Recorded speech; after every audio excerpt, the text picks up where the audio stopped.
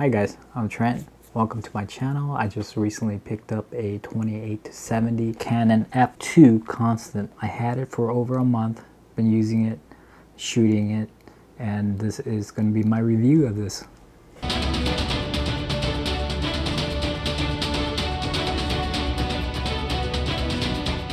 So let me give you some details about this lens. This is a super heavy lens.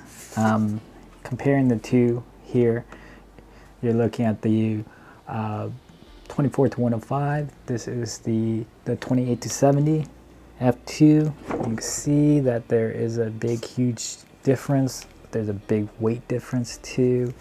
I picked it up at B&H, actually back order on Canon. So I placed this 3-4 months, and then it finally came on Thanksgiving. So I was able to use it for a couple events, corporate Christmas event, a maternity shoots, portrait session, and in studios, and some family Christmas shoots too. So the last month I've been using nonstop, and I also used it for videos for a corporate event.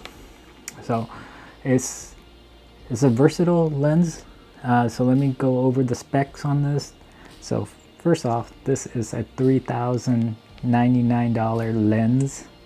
That's before tax. If you were to get it with tax in California, this would be a close to a $3,400 lens. But luckily I got it from B&H, and I used the Paybu card, and I didn't have to pay the 300 taxes. Not a plug for B&H, just trying to help you guys save some money. This does come with a lens hood, which is somewhere over there.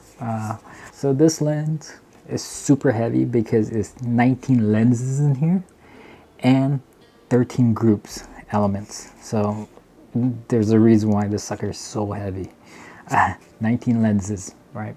So and when it zooms, is an external lens. It comes out. It's not internal zoom. On the side, it has only 2 buttons on here. It has a autofocus and a manual focus, and then a lock ring. That's all there is. This is not IS. There is no IS built in this thing. So this thing does not have IS. So if you have super shaky hands, make sure your body is a R6 or R5 with IBIS, because this thing is pretty heavy. Talk about weights. This thing is a 3.1 pound. It's 1,430 grams. So 1.4 kilogram. Super heavy. I keep on saying it's heavy because, when I first picked it up, everybody told me, the specs 3 pounds. You're like, I can handle 3 pounds. Doesn't seem that bad. But when you're using it, you're like, oh my God, this is crazy weight. It's just super off balance. But we'll get into that once we talk about usage. So this is an f2 constant. So as you zoom in and out, it's going to be continuously f2, and that's what makes this lens magical, right? It's 28-70 f2. The blade are 9 blades, and it's rounded blade. So when you're closing down from f2 to f22, they're all rounded, so you're not getting some octagon looking bokeh. This is my R6. Love it. Just FYI, love my R6. That's what it looks like. 3 pounds on a mirrorless body. Really throw the balance off on this camera. Okay. So if you're going to pick this one up, do get a strap, because one, it's 3,000, you drop it, you're going to cry. 2, it will save your wrist. 3, it kind of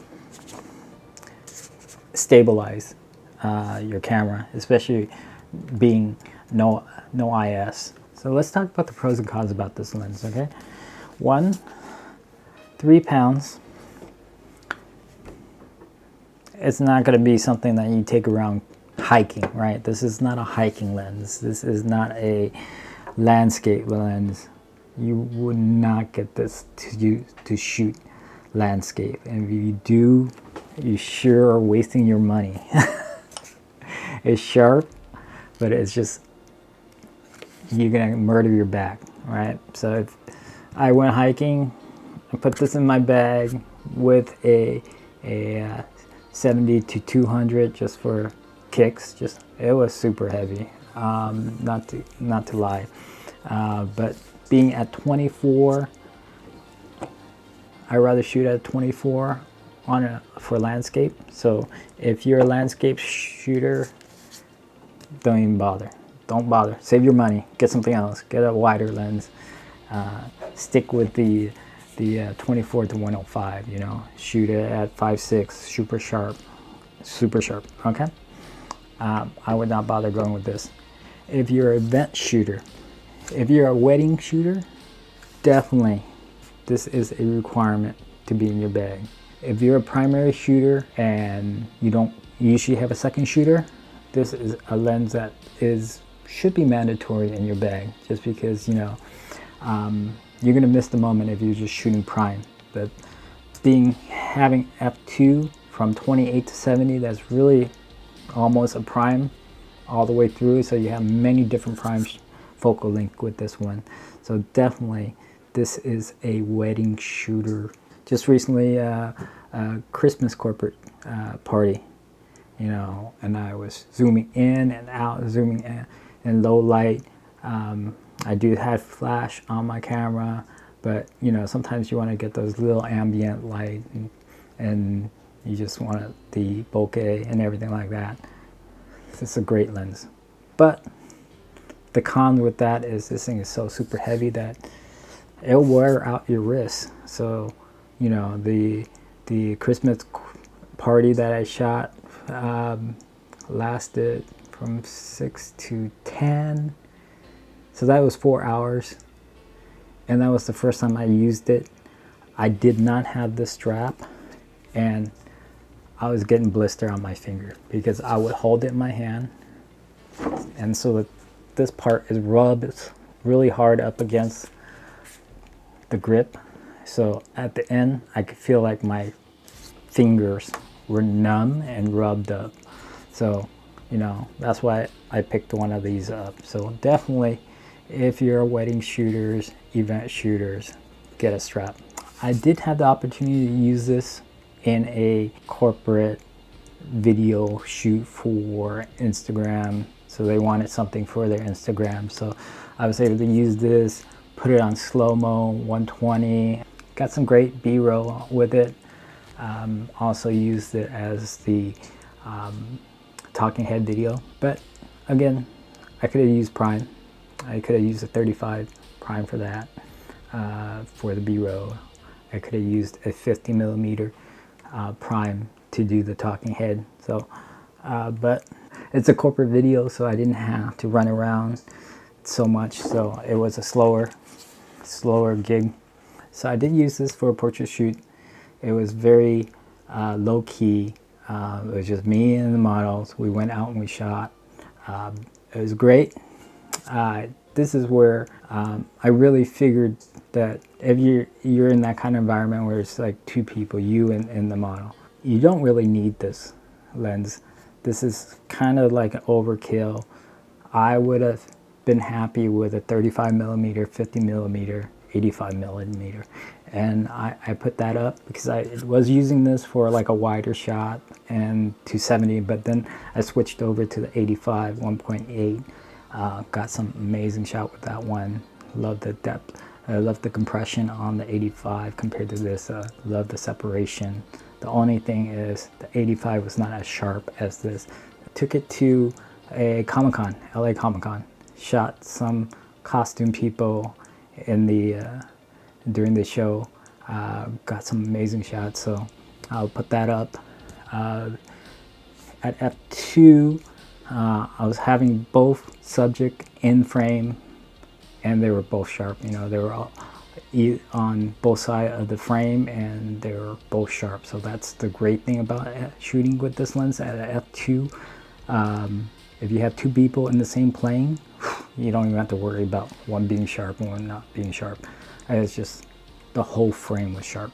Yeah. So within that month, I had a maternity shoot, and this was a little special because it was a friend of ours, the videographer and myself.